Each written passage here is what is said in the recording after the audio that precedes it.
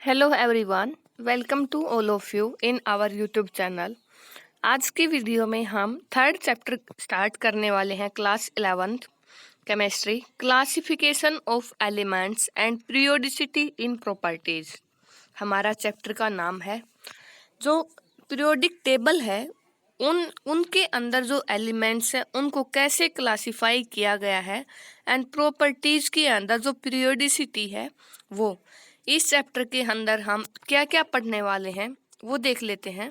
जो first section रहेगा हमारा, पीरियोडिक टेबल के बारे में हम कंप्लीट चीज़ें पढ़ेंगे। सो सिग्निफिकेंस ऑफ क्लासिफिकेशन, हमें क्लासिफिकेशन की ज़रूरत क्यों पड़ी है।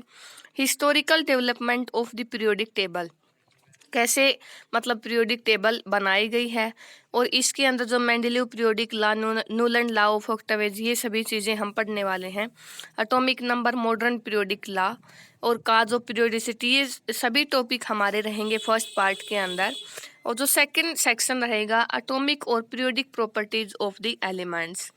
एलिमेंट्स की एटॉमिक और पीरियोडिक प्रॉपर्टीज के बारे में पढ़ेंगे, जैसे एटॉमिक रेडियस है, आयनिक रेडियाई है, या फिर और बाकी सारे टॉपिक हैं हमारे, आयनाइजेशन एनर्जी और electron gain enthalpy, electron negativity, periodic trend and chemical reactivities, हम ये सभी पढ़ने वाले हैं इस चैप्टर के अंदर।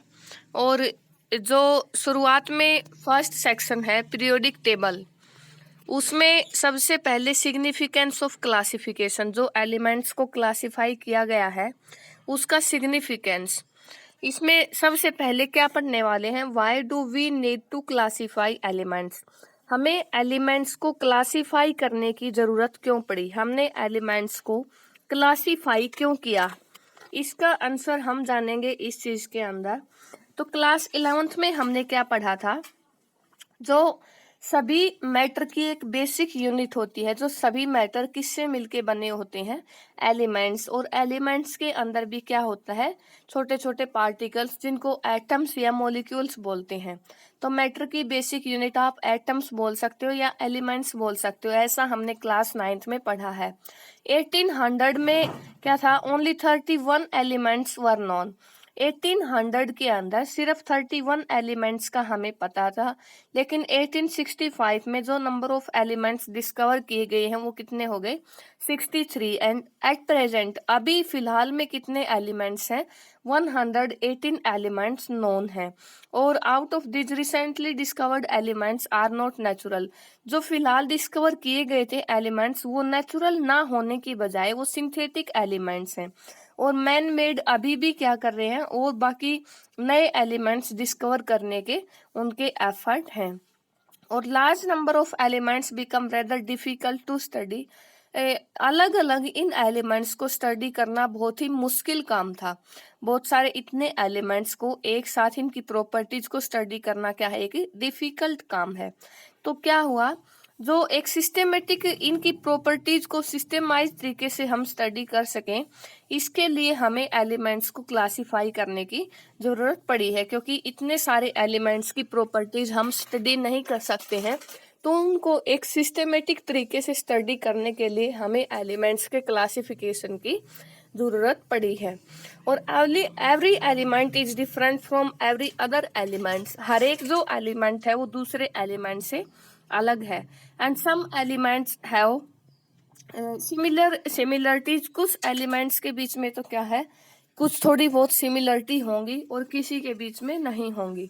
And based on these similarity scientist after numerous attempts were ultimately successful in arranging the various elements into group और chemical family in such a way that similar elements were grouped together and dissimilar elements were separated from one another. इन्हीं properties के base पे जो similar properties के हैं उन elements को एक ग्रुप में रखा गया है, और जो डिफरेंट प्रॉपर्टीज के एलिमेंट्स हैं उनको ग्रुप से अलग रखा गया है। और इसी अरेंजमेंट को क्या बोलते हैं, classification of the elements, and leads to the formulation of the periodic table. या फिर फॉर्मुलेशन ऑफ पीरियोडिक टेबल या एलिमेंट्स का क्लासिफिकेशन बोल सकते हैं। जिन एलिमेंट्स की प्रॉपर्टीज सेम होंगी उनको एक सिमिलर होंगी, सेम तो नहीं कह सकते आप, एक जैसी सिमिलर होंगी उनको आप एक ग्रुप में रख सकते हो। तो ऐसे हम एलिमेंट्स को क्लासिफाई करते हैं। और जो पीरियोडिक टेबल है उसका हम ये पढ़ते हैं कि पीरियोडिक टेबल आप लर्न कैसे करोगे, उनके एटॉमिक नंबर, पीरियोडिक टेबल है क्या चीज। तो इसकी डेफिनेशन देखते हैं पीरियोडिक टेबल की। Periodic table defined as a table which classify all the known elements in accordance with their properties in such a way that elements with similar properties are grouped together in the same vertical column and dissimilar elements are separated from one another. ये एक table है जो elements को classify करती है किस तरीके से कि जो एलिमेंट्स सिमिलर प्रॉपर्टी के हैं उन एलिमेंट्स को एक साथ रखा गया है ग्रुप में, और जो अलग प्रॉपर्टीज के हैं डिसिमिलर एलिमेंट्स है जो जिनकी प्रॉपर्टीज एक जैसी नहीं होंगी उनको एक दूसरे से अलग रखा गया है। तो वही जो एलिमेंट्स का क्लासिफिकेशन है प्रॉपर्टीज के बेस पे, वही क्या है, पीरियोडिक टेबल होती है वही। और उसके बाद जो पीरियोडिक टेबल डेवलप कैसे हुई है, तो development of the periodic table, historical development, starting से पीरियोडिक टेबल की कैसे शुरुआत हुई है, कैसे बनाई गई है, तो वो उसके बारे में हम पढ़ते हैं। 1808 में क्या था, John Dalton propose his atomic theory. According to this theory, atoms of one element can be distinguished from the other on the basis of their atomic weight. Thus, all earlier attempts on the classification of elements were based on their atomic weight. 1808 में John Dalton ने atomic theory propose की थी। उस theory के according जो atoms the elements के एक दूसरे से अलग थे, और जो वो किसके बेस पे थे, एटॉमिक वेट के बेस पे एक दूसरे से उनको डिफरेंशिएट किया गया था। और जो क्लासिफिकेशन है एलिमेंट्स का वो भी किसके बेस पे है, एटॉमिक वेट के बेस पे।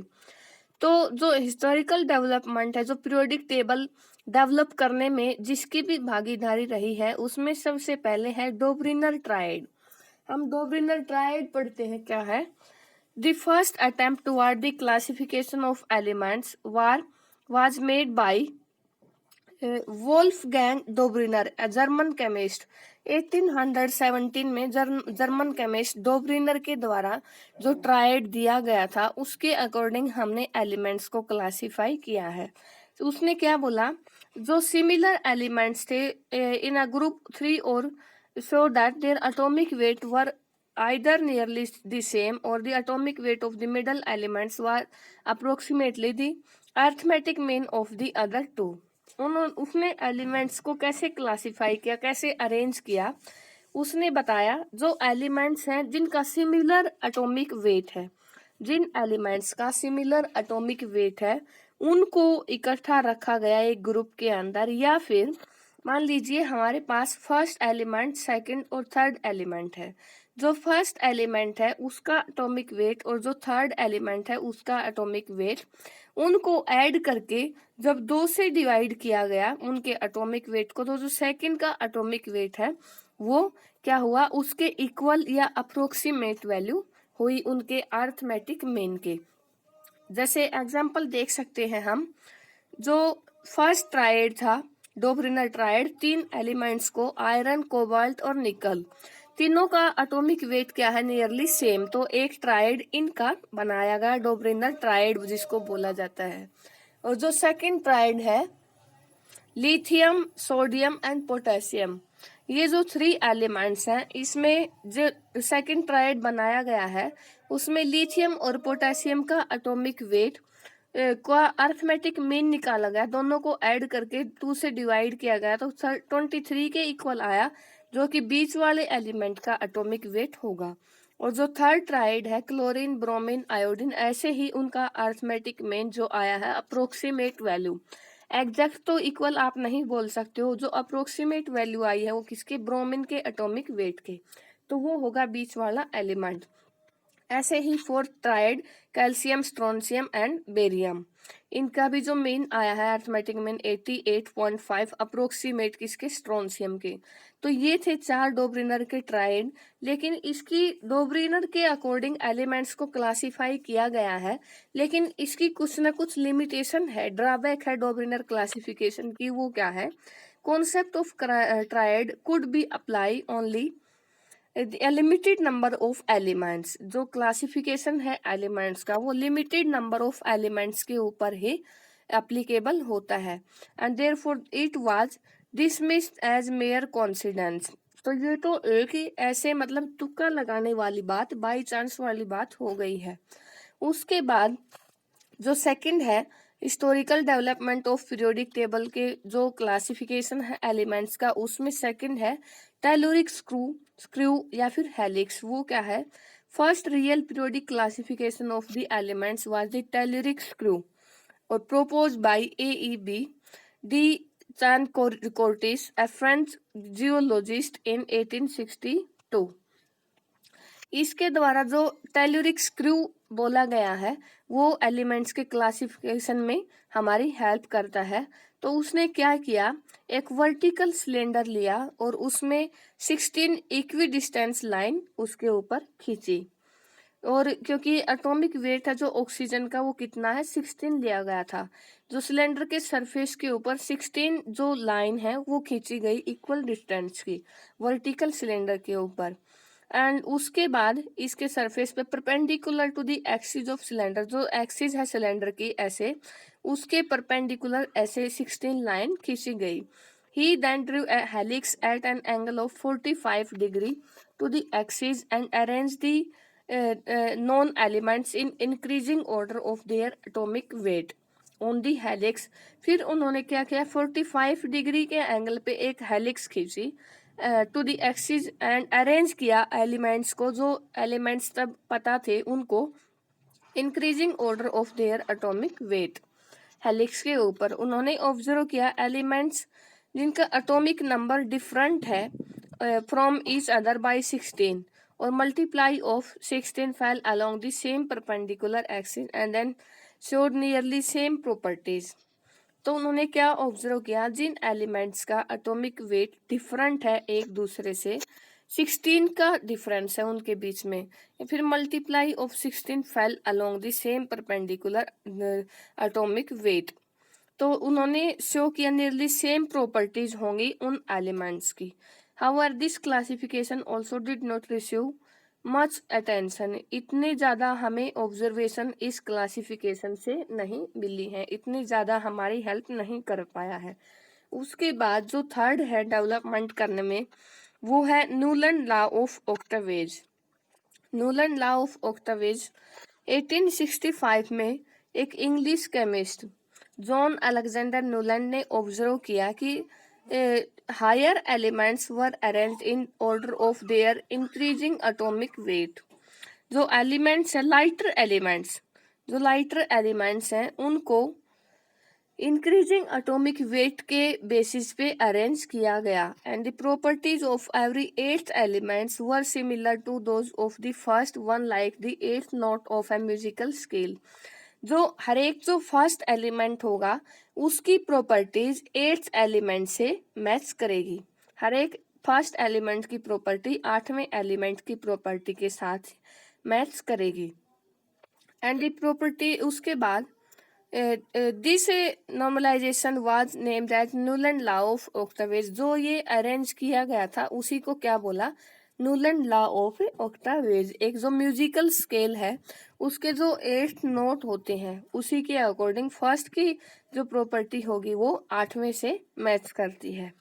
तो इस लॉ को क्या बोला गया, न्यूलैंड लॉ ऑफ ऑक्टावेज। जो बता रखा है यहाँ पे एलिमेंट्स लिथियम, उसकी जो प्रॉपर्टी होगी उसकी प्रॉपर्टी सोडियम के साथ मैच करेगी और सोडियम और पोटेशियम की प्रॉपर्टी आपस में मैच करेंगी।